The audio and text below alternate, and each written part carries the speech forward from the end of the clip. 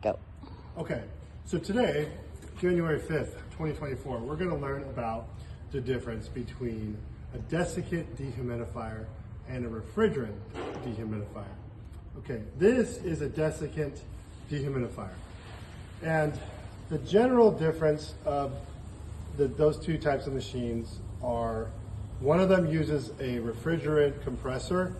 So it basically will use, it's got a coil, it's got radiators, two radiators, a cold radiator and a hot radiator, and air passes through those two radiators, and by passing through the cold and the hot, moisture gets pulled out of the air through evaporation, and that evaporation gets drained out and removed from the building through a tube and a pump. That's a refrigerant technology. Desiccant technology is different. It doesn't have compressor.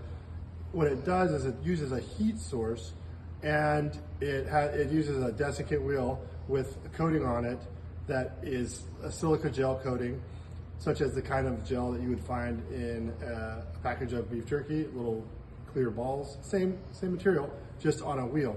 So heated air goes through, there's a wheel in here spinning around, and air goes into the machine.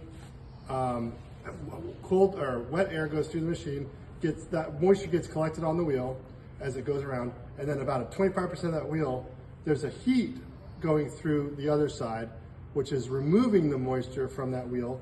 So moist air comes into the machine, that moist air gets removed, and then dry air gets pumped back. So usually there's a duct that goes into the building that feeds dry air, and then there's a duct that it goes into the building that pulls moist air. So you have a cycle of air going through the building, running through this machine that's driven by heat. Now, usually the desiccant machines require a little bit more power than the refrigerant machines. What are some of the reasons why you would use one versus the other? In environments for drying where there is colder temperatures, the desiccant units are more suited because they're going to heat, and that's going to bring the temperature up to a point where it can actually dry. Whereas if you use a refrigerant machine in a cold environment, you might not be able to get, the heating coil might not be able to get hot enough to produce evaporation, and it might not be as effective or even effective at all if it's really cold. So temperature is a main factor of when you would use one versus the other. Also, another reason is that the desiccant dehumidifier can typically produce much drier air. So that's typically the difference between that. Now typically with refrigerant dehumidifiers, they only get so big, whereas with desiccant dehumidifiers, this is a smaller unit. This is a 600 CFM unit, whereas we get them all the way up to 15,000 CFM.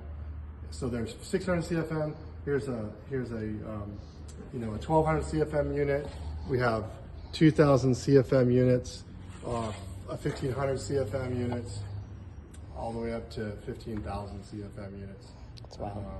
And is that what those are over there? Those are 2000s. Nice. What was the other thing? Okay, how do you rate the sizes of dehumidifiers? Okay, so dehumidifier sizes are rated on a CFM numerical scale. CFM is cubic feet per minute. So what that tells you is how many cubic feet of air per minute does the machine have the ability to process. This will process 600 CFM, cubic feet a minute of air. That machine will process 1,200 CFM. Another machine of ours would process 2,000, all the way up to 1,500 to 15,000. Whereas, let's go look at a refrigerant dehumidifier. This is a refrigerant dehumidifier. So this is it's got a tube where it would pump out the evaporated moisture. And if you look at this little nameplate down here, I believe it'll tell you what the pint rating is. It should tell you, it's usually rated in pints. How many pints is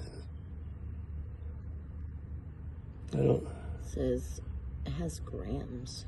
I don't think it shows pints, but let's just say this is a 100 pint per day unit. So how many pints of water can it remove in a 24-hour period is usually how the refrigerant units are rated. So that's all for now. Thank you.